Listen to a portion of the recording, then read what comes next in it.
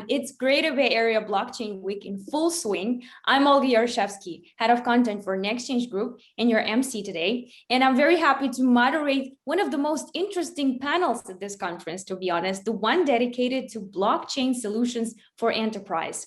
Please give it up for the amazing panelists that we have here today. Shawn Dehpanah, Executive Vice President of Corporate Innovation for Plug and Play. Hi, Shawn. Good afternoon. How are you, Olga? Good. Thanks for being here. Tom Wonderful. Trowbridge, co-founder at Fluence Labs. Hi, Tom. Hey, how are you, Olga? Good. Joining us from Holland, right? Yes, exactly. Beach in the back. Okay. Now, Amit Ghosh, Head of Asia Pacific at R3, joining us from Singapore. Hi, Amit. Hi, good afternoon. Thanks for being here. And last but not least, Laszlo Peter, Head of Blockchain Services, Asia Pacific for KPMG Australia, right from Sydney. Hi, Laszlo. Thanks for having me. A pleasure. Thanks everyone for coming together for this amazing panel. So I shall start with a general question to all of you, which is very basic, but still, I hope to get very interesting answers from you. So which enterprise applications have excited you the most over the past a year or two? Who would like to start? To your right or to your left? Go ahead, Amit. No, Okay, Shawn, happy to Amit, go first. okay, go Happy to go first. Look, I think lots going on, so it's hard to pick one really, and I think that's true for most of us. But one of the most exciting projects which we are very hyped about is the one in Italy, where the entire banking industry has now moved on a interbank reconciliation platform built on Corda. Over 300 million transactions processed just in under 4 months. 100 banks on the platform. It's live. It's running. It's not POCs. It's not pilots. It's here. Congrats. Interesting. Thank you. Okay. Shawn, what about you? Well, yes, thank you. Well, we as a company, we do quite a bit of investments in a lot of these blockchain technologies. I think that some of our portfolio companies are really exciting. Obviously, the obvious one is the fintech one that we did investment in, Blockdaemon. I think that they are one of the providers of blockchain nodes that provides platform design for empowering businesses, simply managing the blockchain questions. An application on that is variously reaches on the different projects. But the second one, which was very exciting for us, is the Veti InsurTech blockchain company. And the third was in supply chain technology, a company called Data Gumbo. And this guy is really moving forward towards the smart contract capabilities in oil and gas industries, in a clean tech space, and standardize on encrypted data, security, cybersecurity areas. And of course, last but not the least would be the Provencia. I think that these guys are a supply chain, very much focused on retail tech, as well as with the food and agriculture, which I think is one of my favorites. Food and agriculture is the fastest moving, I think, area, especially adopting the blockchain technology, which I'll touch on some more later on during the panel. Interesting, thank you. And supply chain and agriculture. This is the area that I will address with Laszlo, because I know he has something to say about the recent KPMG project. Tom, what about you? Well, before Fluence Labs, I helped found Hedera Hashgraph, and Hedera is a public ledger. And I think one of the fascinating use cases there, which shows the scale of what's possible on some kind of next generation public ledgers, is something called the Coupon Bureau. And the Coupon Bureau has about 300 billion coupons that they manage the issuance of every year. And all of those coupons are being put on Hedera's distributed ledger. So it validates the issuance and then the redemption of those coupons. And so 300 billion coupons is somewhere in the order of 6,000 transactions a second. Okay, that's one use case. And of course, they're not all live yet, they're ramping up. But I think that just gives you a sense of the scale of what is possible when you're talking about a very fast, very cheap public ledger implementation. And when you have transactions that cost 1/100 of a penny, and you can do 10 to 100,000 a second, the use cases that are possible kind of haven't really been considered historically in the proof of work blockchains. And so I think that scale is fascinating to think about. And once you start to realize that one use case can be 6,000 transactions a second from one company, you start to see what's possible and kind of how big this universe can really be. That's fascinating. Interesting. Now, Laszlo, over to you. We're all excited to learn about the recently launched KPMG Origins, which is, as far as I know, a blockchain-based track and trace platform to support industries already mentioned today, including agriculture, manufacturing, and fintech as well, right? Can you tell us more about the protocol and which markets and industries it is aimed at and already operating in, probably?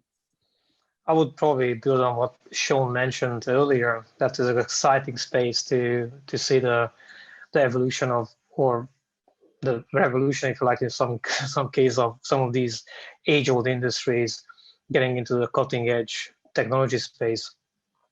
What really excited us over the last probably 2 years since we embarked on this platform development.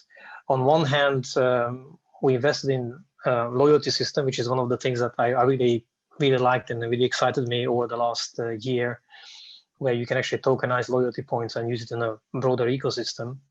But in terms of the KPMG Origins platform, we sort of started shifting the conversation from the powered enterprise and connected enterprise that everybody will be very familiar with.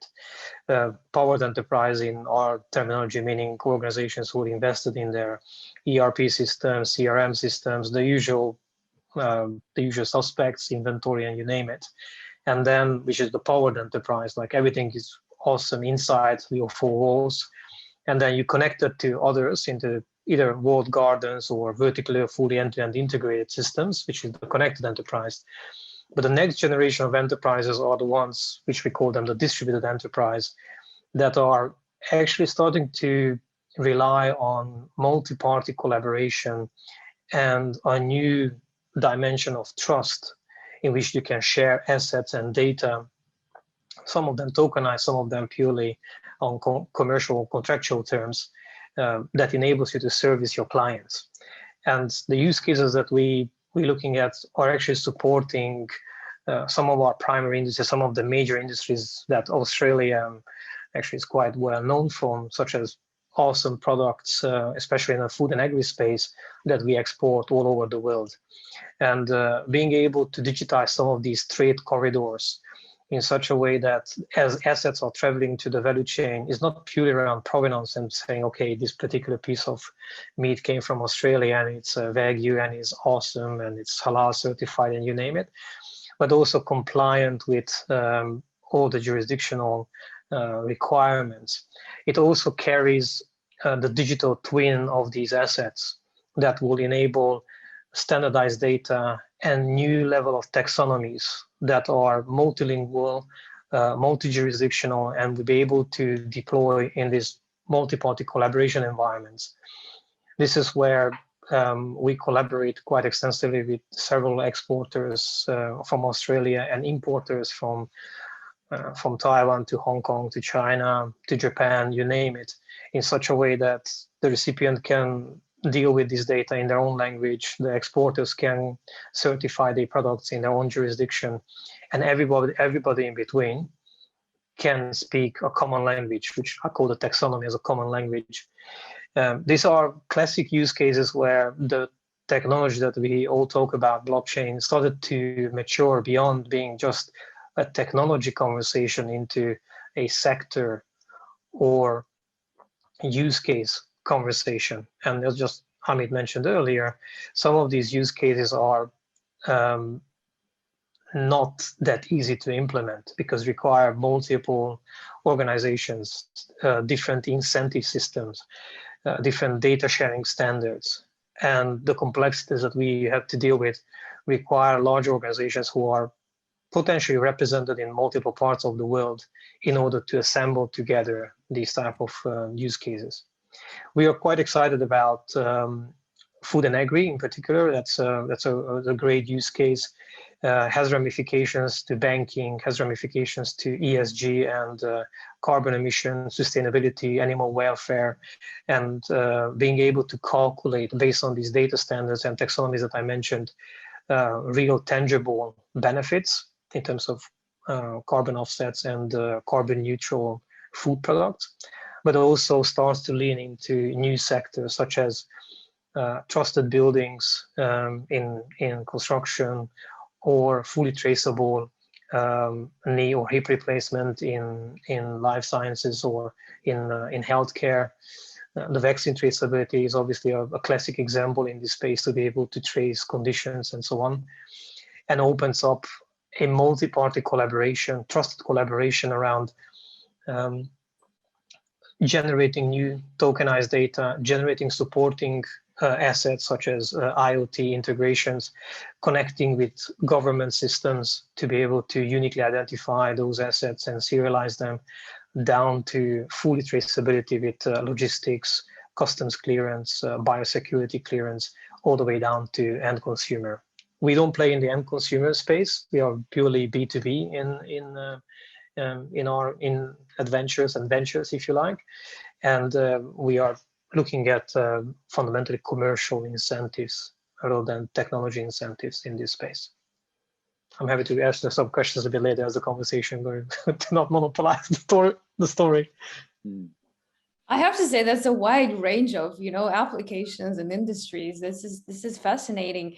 Well, thank you. I now want to get back to Amit, because Amit represents R3, and R3 fairly represents the term of enterprise blockchain now. Amit, can you, well, first of all, again, congratulations on your recent project, but can you please tell us what R3 has also been up to recently with Corda, both globally and in APAC? And what about the renewed partnerships with the Bank of Thailand and also HSBC, your financial partnerships, financial related? Yeah, look, a lot's going on, as I said earlier as well. But let me talk about three areas which we focus on. So first, product. R3 is known for its enterprise blockchain product, Corda, which many of you know about and have used or seen in action. But we are no longer just a Corda only product company. So in the last month, we have launched a multi-party confidential computing product called Conclave, along with in partnership with Intel's SGX trusted enclave technology. So that's very fascinating for us. We have also launched, or we are launching Corda to be a managed service as well. This is something which Laszlo and I have talked about in the past in our discussions of what the industry needs. So that will allow customers to use Corda as a service from us. So that's exciting. In the trade space, we are launching new products to digitize the electronic bill of lading, which is almost the holy grail of documents in trade. And therein, we are working both on the legal side as well on the product side. So we acquired a company which had the legal framework, and we are building a SDK on top of it for other companies to build solutions. And finally, I think on the CBDC side, which is very exciting, a lot going on globally, both on the wholesale and retail side. We also have another SDK for CBDC experimentation and product development. So essentially, in summary, on the product side, really a lot more coming for many of our partners and customers.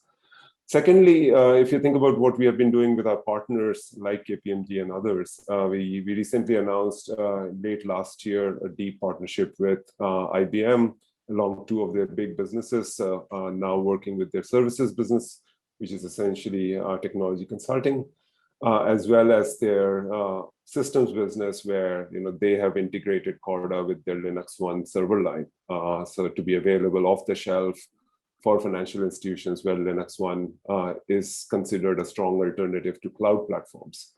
So while we are working on on-prem technologies, because some customers want that, we of course are deepening our relationships with the likes of AWS, GCP, and Azure, which are the three big leading cloud platforms. So I think we are trying to make essentially Corda far more easier to use and deploy, and working with these platform providers or infrastructure providers is a means to do that. And finally, I think to the point you were talking about, about a renewed relationship with banks and financial institutions. So again, in the last year, a lot has happened. We signed a partnership with NASDAQ last year to build who are building a digital asset exchange in a box. NASDAQ, as you know, has 130 clients globally, leading exchanges. So these exchanges are looking to upgrade their infrastructure, and NASDAQ's looking to bring Corda in that suite, in that upgraded suite. So that's fascinating for us. On the CBDC side, we are now working with banks not just in Asia, as you mentioned, but also in Europe and LATAM and Africa. So that's exciting. Again, with many of our consulting partners, technology consulting partners. And finally, I think our core focus over the last few years has been everything in trade, both the financing side as well as the supply chain side, everything in digital assets, so tokenization, which is a huge topic right now, also because of the crypto boom, and capital markets. So I think those are the things which we continue to do a lot. In Asia Pacific, I am seeing a lot of traction across those areas as well. So look, product partnerships, customers, all growing, and as I said, we've moved far ahead from just doing POCs and pilots, which was the nature of the industry, I think 4 years back, to actually starting to deploy many applications in production at full throttle. Well, that pretty much covers the whole panel, I hope not, because I'm sure the other panelists have a ton to speak about, because like we are an important part, we believe, but there's so much going on, and that's why I'm excited to be in the industry, to be frank. Amit, I would like to stay with you for my second question. It's about the conclave that you mentioned earlier. I know that this is a GDPR compliant solution, and Corda is also a solution for those financial platforms that would like to meet strict regulatory requirements and constraints. So we all know that privacy and security are crucial blockchain features, but do you think that the future of blockchain networks really lies within complying with regulation? Look, my view is not entirely. I think there's a lot going on in the regulated markets, whether it be in financial services or others. And I think many of those use cases are ones which we are spending a lot of time on. So, whether it be in trade, whether it be in financial capital markets, whether it be digitization and tokenization, I think many of those things are where the regulators have a deep interest, and we work with regulators quite actively to understand how they should think about the next generation policies which they're announcing, as well as what this technology can enable, so for them to understand the benefits of this technology. So definitely, blockchain will enable a lot of the use case where regulatory oversight is there. But like I'll give you 3 examples of examples from outside where regulations is not driving the adoption of blockchain and Corda in this case. So, for example, in Thailand, we are working with one of the leading conglomerates on procurement and supply chain use cases. So these are large corporates which have a large supplier base, large buyer base, and they are digitizing many of those processes and value chain multi-party interactions using Corda. So that's one example. Again, not driven by regulations at all. It's just driven by the benefits the technology brings. Secondly, in Japan, Toyota has already announced that they're building a contract management system using Corda, right? So that's, again, not driven by regulation. It is them understanding why Corda is great for, them to interact with their supplier base and their ecosystem, and they're digitizing contracts and exchanging those with multiple parties in the value chain, right? And finally, in Australia, Laszlo's home ground, we have a company which is solving perennial problems in the pension fund administration space. Again, not regulations-driven change but the problem statement existed because there are various parties, there are various pension fund schemes. Pension funds are big in Australia. So I think that's the space they are tackling. So 3 quick examples to highlight, the extent of blockchain and Corda, especially outside of regulated markets. Interesting. So after all, it's not about the regulation, more about like a blockchain protocol fitting the system, right, and operating within it.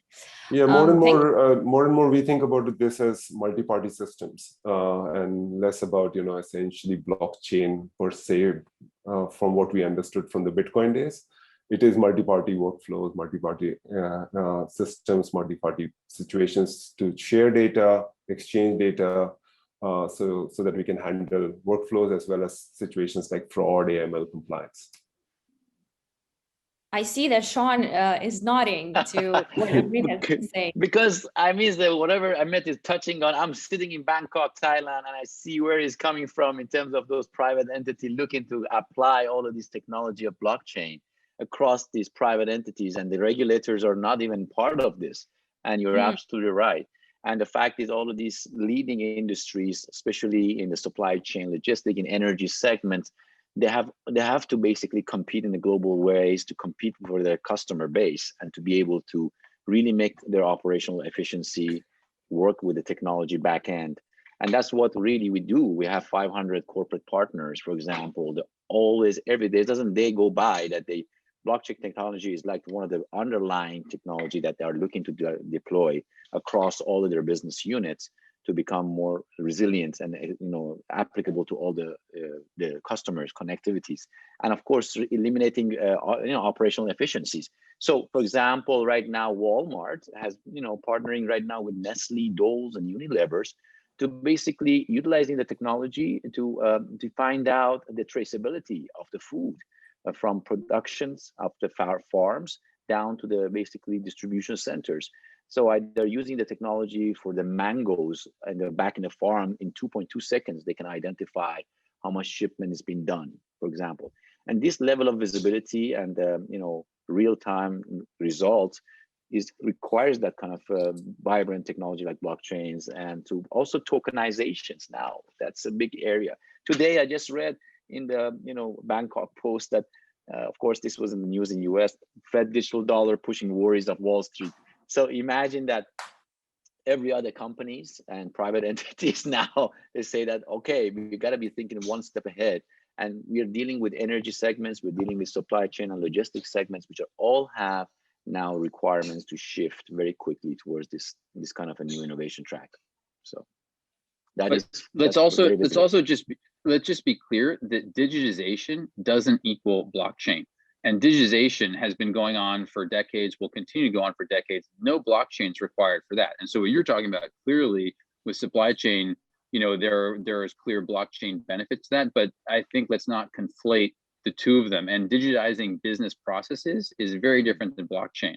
And the other thing I think we should address here is we're talking a lot about private permission ledgers here, and that is a spectrum in terms of how really the real benefits that provide, the real blockchain benefits that provides, because a private permission ledger has real benefits in terms of keeping data safe, but do you get the security and the resilience of a public ledger? In many cases, I would say no.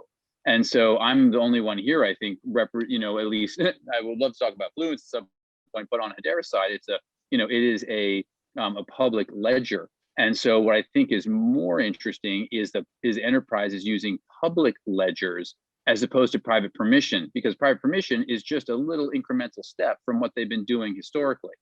And so what I think is more interesting is when you see enterprises making the leap to public ledgers. And one thing that Hedera, which is governed by companies like IBM, Google, LG, Wipro, Boeing, Deutsche Telekom, Nomura, has developed is a way to keep your data private, but you ping the public ledger for consensus ordering. So you get the security of a public ledger while keeping your data private. And I think that's a fabulous innovation because it get some benefits of a public ledger versus everything being kept on a private ledger run by one company or three companies, that isn't what I would really call, giving you the blockchain benefits.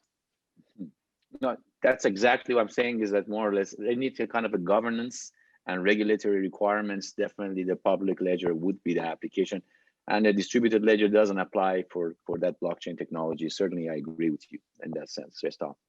Yeah. Yeah, that's a good point. Thank you, Tom.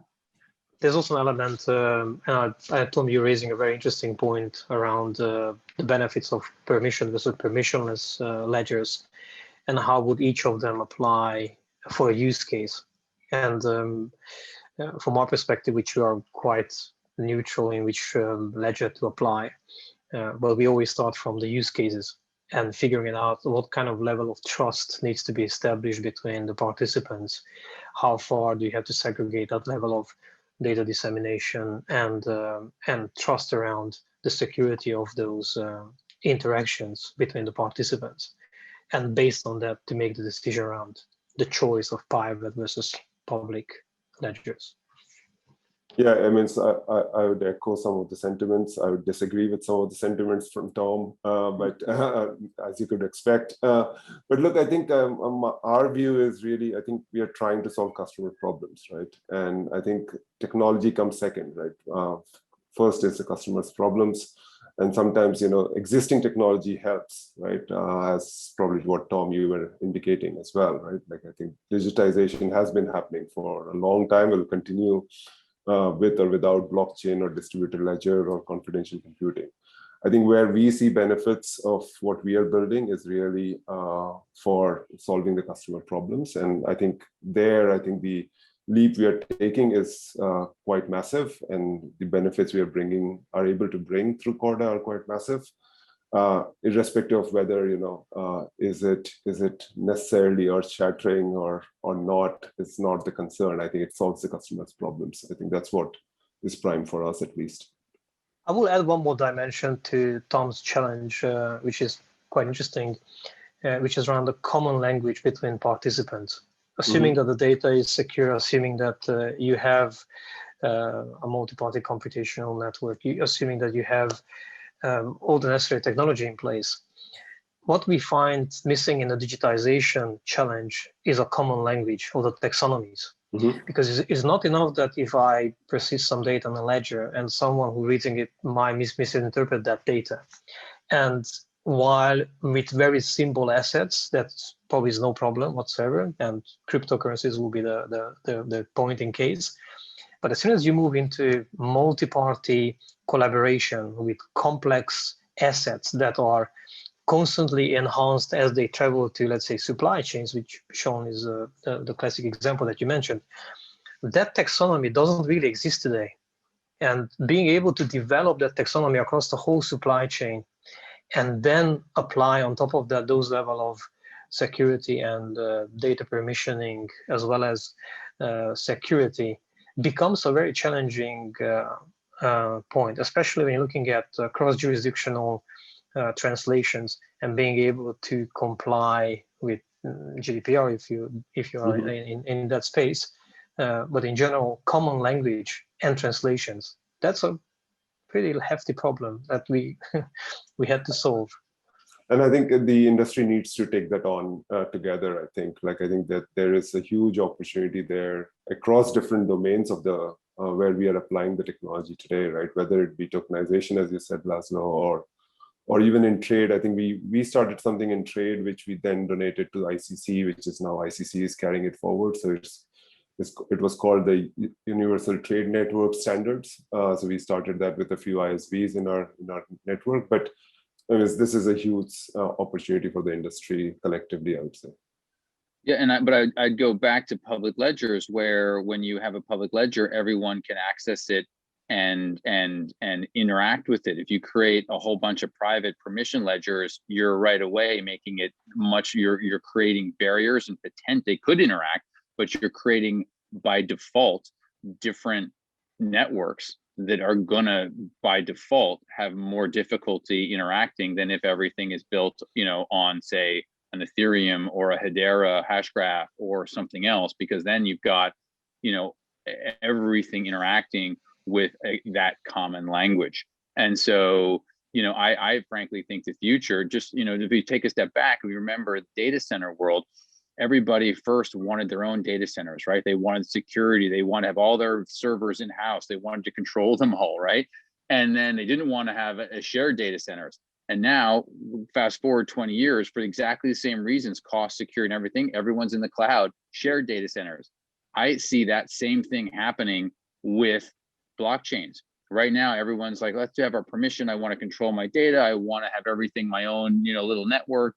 But ultimately, you don't get the security, you don't get the benefits of scale. And so public ledgers, I think, come and are adopted broadly the same way the cloud and data centers took over kind of the private data center world and rendered it, almost obsolete. And I think you'll see that same transition happen in the public ledger space for some of the reasons mentioned. It's interesting because you're using an example where the onboarding and counterparty risk management is heavily centralized into one party who manages a data center. Yes. And I think, yes. and I think your example is actually touches on the fundamental around the difference between public and private, which is around onboarding counterparties and knowing who you're dealing with, which is unambiguous and can carry counterparty risk and counterparty contracts. And while it can be solved, obviously, that there are some elements of how that can be solved in the public ledger, absolutely right. There's an element of trust and knowing that you're dealing with the right counterparty and your assets are safe. I think I'm curious to hear what you're thinking about that space. Well, I mean, it's a fact. You're dead right, and it seems completely inconsistent at first. But then when you think about the public ledgers, and if you take a Bitcoin network as an example, that's not really relevant for what we're talking about here.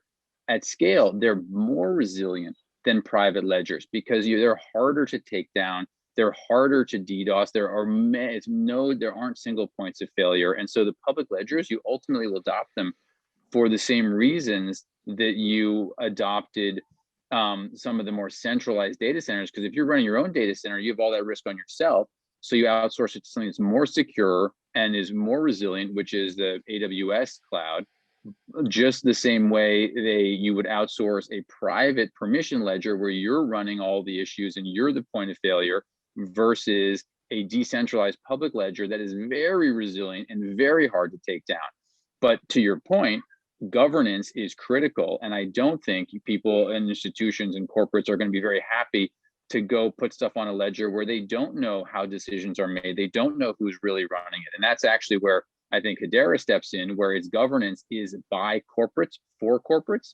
And I think that is exactly the type of solution that will get corporates comfortable that they know the brands, they know the companies that are making decisions and that are using it. And that to me is a great easy step into that public ledger world, because if you know that Google and IBM and FPOS and Boeing no more, et cetera, are actually on this council governing things and owning the network, and it's still a public network, that to me is a more resilient network that also has governance that you can trust. And that's different than kind of the earlier networks where it's just it's a couple of people, it's very opaque, you're not really sure what it is. That to me, I agree with you, is a much harder, much more difficult, adoption cycle, I would think. That's an interesting use case. Sorry, maybe just another example to support your point around an alternative to the consensus mechanisms is what the ASX is doing, the Australian Stock Exchange is doing in Sydney, where the consensus mechanism will be with a set of trusted nodes, if you like, similar to your example in Hedera, but the network is permissioned because everybody who's a listed company would have to have a node, and the consensus that they are running will be decided by this sort of validating node, if you like, in a similar way as your consensus is done by the governance with those companies that you mentioned earlier. I think we think of a fair few hybrid setups that are emerging, both public and private space, that are trying to address exactly the point around governance and counterparty risk. I just want to add that basically from the enterprise trust level of engagement, if you all recall how when the cloud just started coming popular, nobody trusted clouds. I mean, they had always issues with the fact that I cannot let my data go up in the cloud. I want to have full control of my data. And this is pretty much the same kind of a path. I mean, in the sense that basically how the trust is basically gained by a standard that can be put on basically among all the enterprises, from interoperability to also the fact is that my data is my Bible. I cannot share it, to only, I can have all my information there. I want to control it. So that kind of a underlying technology has to really bring very mutual standardization among all of these enterprises to be able to just start adopting this in a scalable way. Yeah. And the two other dimensions to that, Shawn. One is security, which Tom touched on earlier. So exactly. The data centers, they become standard security, everybody can audit. But the second one is more important probably, which is the commercial incentive, where you pay $1 gazillion to run your data on site, and your competitor is paying a fraction of that cost by running in a cloud with the same level of security or not better than you. Suddenly the commercials don't add up. So when that happens, economics. Yeah, exactly. Economics kicks in, and when economics happens, change happens. The trust game comes up more. I mean, it's when you can save millions of dollars, and that's right. You're just bound to just make that transition faster. Yeah, that's for sure. I agree with you. I love how those questions just came in naturally, the interoperability, the trust ones. I would love to follow up with Shawn. And can you tell us about the investment side? What are the investment opportunities for enterprise and blockchain? Because I know that you are one of the most active VCs in Silicon Valley. Yeah. Maybe there are some cases in GBA, for instance. Yeah, I mean, this is funny that you mentioned that, we used to have, actually, our fintech program was born from our meetups, for Bitcoin meetups that we used to hold in 2015 at our office in Silicon Valley in Sunnyvale. So every month we used to have these Bitcoin meetups, which everybody was mysterious about, and they were just vetted out and talking about, after the financial crisis, of course, there was a mistrust among all the financial institutions, and it says, we got to revolutionize things and fintech, we can't trust the third party. We put our money, and of course they're unbanked. So the whole ideas of investment for us was at first very ambiguous. What is this technology? How is that going to really scale? So we saw a tremendous number of startup companies coming through our door, just really applying these blockchain technologies across multiple industries. So we were at first really looking at the first low-hanging fruit for us was the basically financial industries, that where we basically try to apply and look at this fintech, and from the payment gateway ways all the way to capital market, what these things can be applied. And we introduce a lot of these startups to a lot of our corporate partners. And of course, they start looking at the POC and proof of concept of moving forward with commercialization.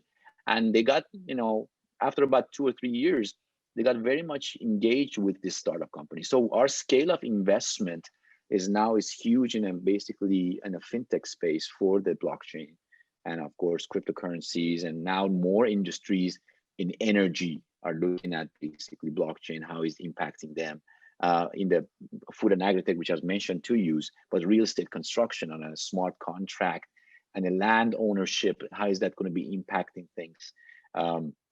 And identities, of course, identification is one big areas that basically blockchain can really shift the landscape of efficiency for a lot of these government agencies, even basically I would say immigration office. Right now, especially post-pandemic, the identities are basically there's even a social security number. It says this is not an identification card, but we need to just create some kind of a standard through that security of identity to be validated. So many of these areas are shifting, that it's really, we are sourcing more companies are developing these technologies that touches on all these areas. And I think our investments we have 4 companies that raise money very quickly from pre-series A to series B and C within about a year. and because of that, traction that they got with the engagement with the partners that we have, corporations. Yeah. So it's a very positive, really investment track for us, but it's not stopping now. And also now we're looking at all the corporations, really looking at the governance part of it too. We bring the decision-making stakeholders from government to the universities, everybody to be part of these ecosystems. Interesting, thank you. That's a good development. So we have like a couple minutes left. I wanted to touch real quick on a post-pandemic situation for the whole enterprise blockchain industry. Has it changed for good, for bad? Has it slowed down the scalability, the solving of scalability issues process? Has it boosted the industry? And what are we to expect in the next couple years? And I think we have like about 30 to 40 seconds for each speaker. Good. Let somebody else start. Tom. Yeah, I mean, sure. I guess what I'd say there is what the pandemic has done is it pushed forward all kinds of stuff that we knew was happening already. And so we've seen that with the dominance of Amazon and others. And so the way I'd actually phrase this question is what is blockchain and other technologies doing to potentially challenge the dominance of these very large companies that have grown even more powerful in the internet ecosystem, the Googles, the Amazons, the Facebooks, et cetera. And so that's what Fluence Labs, my new company, is doing, is creating an open application platform that basically commoditizes the back end and allows people to fork applications and create applications incredibly quickly, incredibly easily, basically using like building blocks, as if you're familiar with the DeFi ecosystem. And so we think that only when they're able to harness the global developer ecosystem and give them incentive, it's the only way you'll be able to create applications quickly, cheaply, and innovate at a pace faster than these large, dominant internet companies. And so I think that to me is a huge challenge for all of us, because if we don't figure out a way to challenge these current kind of almost oligopolies, we're going to live in a very kind of a narrow world in the future. So that's something at least that I'm focused on. Interesting. Shawn, do you support the anarchist narrative here? Being in industry for over 35 years, I've seen nothing is impossible. Everything shifts. Even the dominance always, even the gladiators. Yep. The gladiators always overcome the republics and then Babylons, and the oligarchs, as basically Tom said. You can basically hold on to things only for so long if you're able to basically fully engage with the evolution of the shift and changes that's going to happen down the road. So if you think that you're safe and sound in terms of developing things that consumers right now are wanting, but they see there's a better, cheaper, more efficient, more bringing societies and really socioeconomic impact to the people's lives, you need to think about much bigger things that are going to impact for good of the societies. So if companies like, as I said, Google, as Tom was mentioning, and Facebook and so forth, they need to basically lower the barriers. And of course, even the banks and financial institutions that are seeing that, the fees are being charged and is unbanked, is just not having a chance. These new technologies and innovation is going to impact basically in a bigger way these institutions. I see this shift is going to happen quicker, as I've seen in the past 5 to 10 years. So we have to brace ourselves for this evolution of change much quicker now post-pandemic. Okay, Laszlo? I'm very optimistic about post-pandemic. We see a tremendous amount of opportunities coming up. Actually, the whole pandemic was a fabulous year to exploit some of the technology-driven opportunities around the vaccine and the likes. But the one that really excites me is the return to, as we saw with the geopolitical landscape changing in the US and in Asia, the return to ESG and sustainability related topics that is really impacting pretty much everyone on the planet, and using the technology around sustainability, around impact and deploying it in such a way that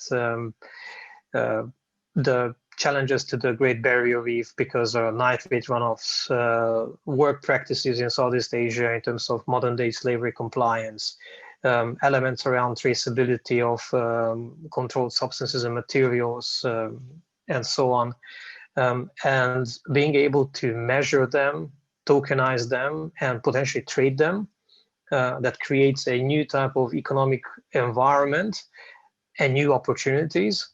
That gives me great comfort that the technology combined with the right use cases and the right ambitions of people on this call and globally is a very, very optimistic landscape that I'm looking at.